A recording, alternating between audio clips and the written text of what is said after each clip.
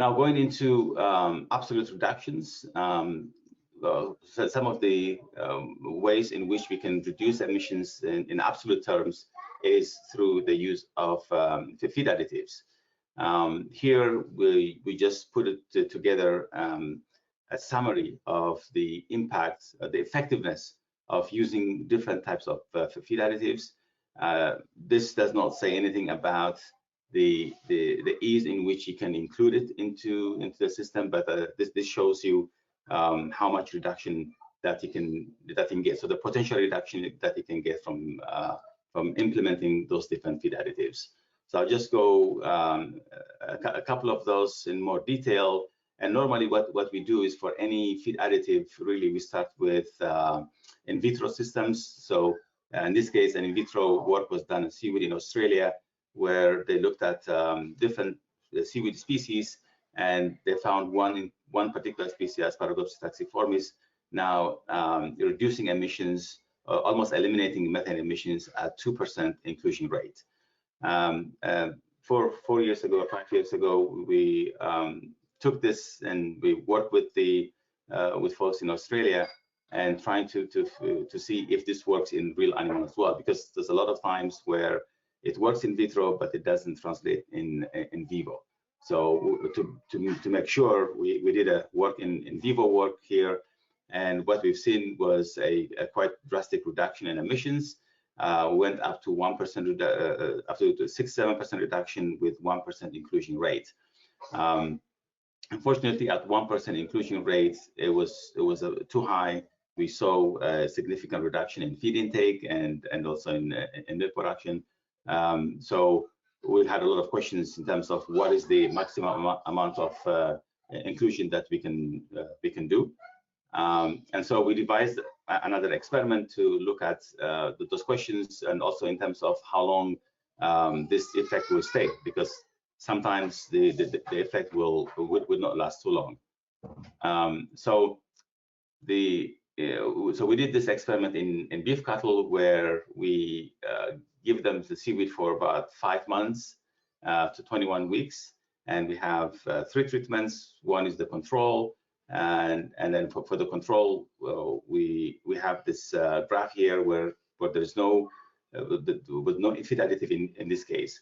And what you see here is that there was higher emissions at the beginning, and then we saw reduced emissions towards the end with no added feed additive. And this is because of the diet. And the diet at the beginning was high forage diet, so we would expect to get maybe 6 to 6.5% of the energy to be converted into methane. And towards the end, we have high concentrate diets, and you would expect about 3.5% of the energy to be converted into methane. So this is actually assurance that the system is working quite well, and we're able to pick out differences diet. And so we added 0.25%, and we saw quite a substantial reduction in emissions. And then when we include 0.5%, we saw even greater reductions in emissions. And we've seen interactions between diet type and emissions.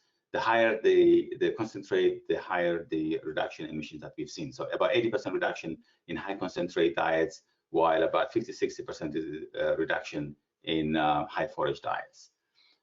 So this is when you have animals available on a daily basis, so this works really well for dairy, but sometimes this is really difficult to implement in a pasture-based system.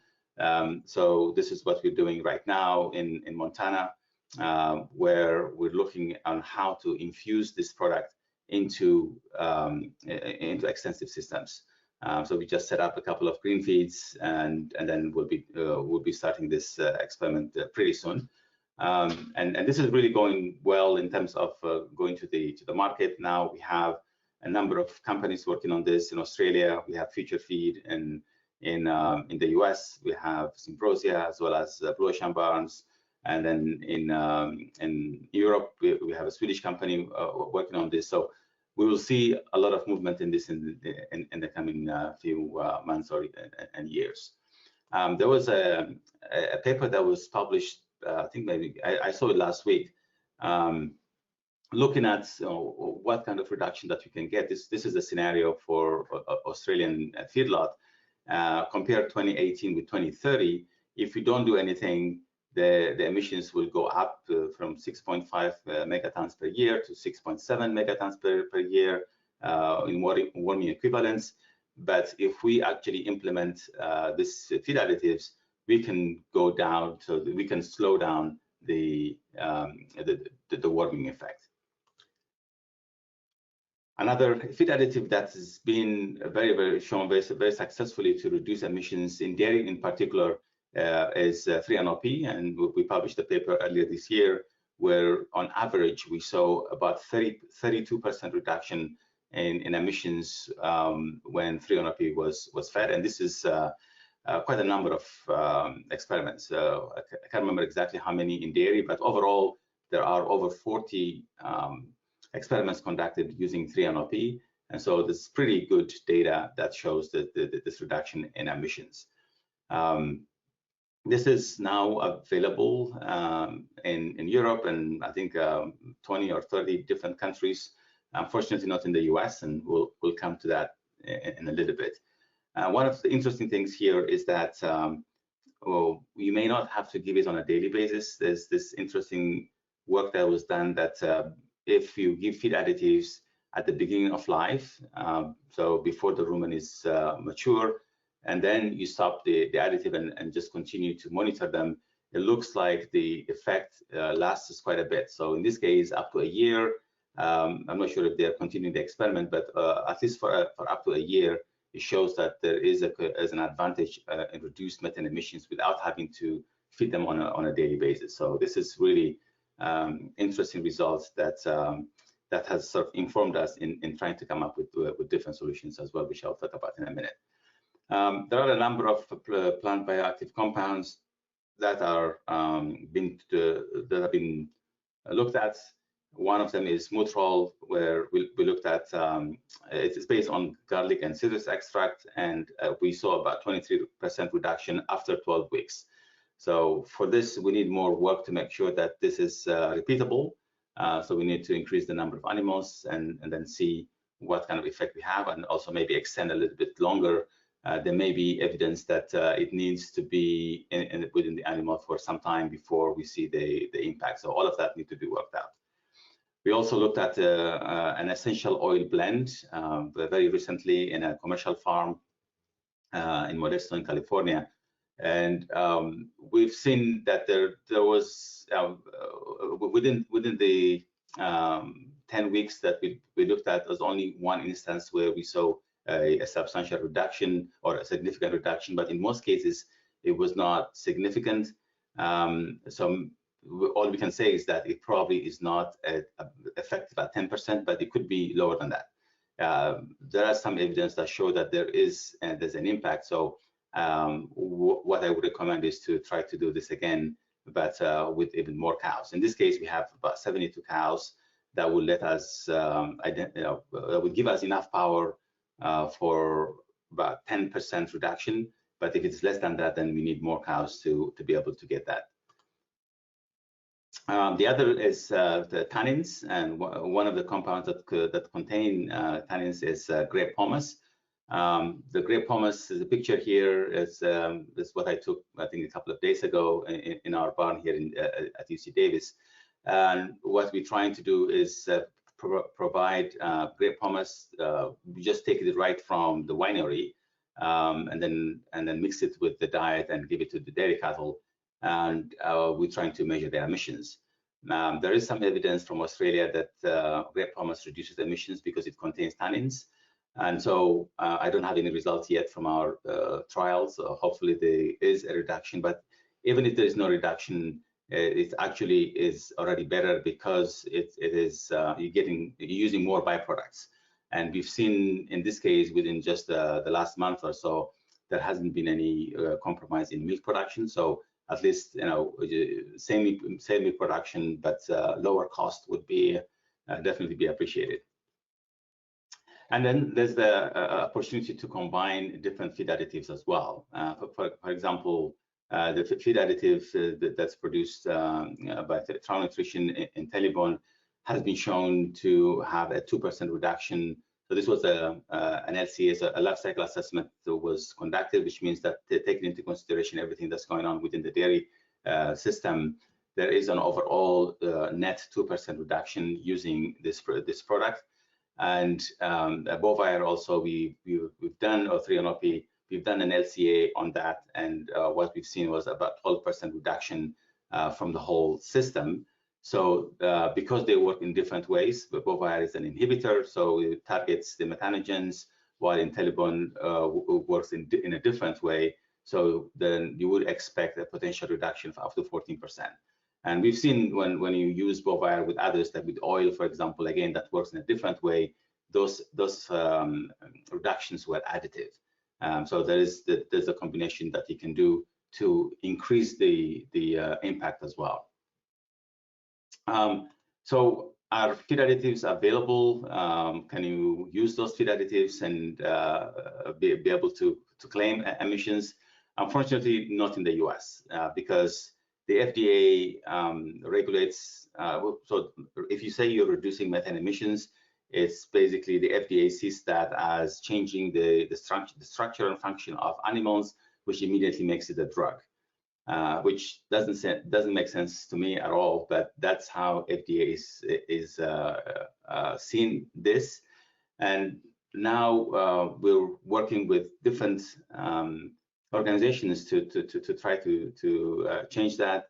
And there is now a bipartisan group calling for FDA to look at it in a different way. So there is a bill that will be introduced in the Senate and Congress that will aim to change the regulation so that the feed additives will be qualified as food additive, which is, so what it's trying to do is basically to amend the FDCA to define what is called a zootechnical animal food substance as a product that is that will act in the gastrointestinal tract and is intended to affect emissions both from animals, so enteric emissions or waste.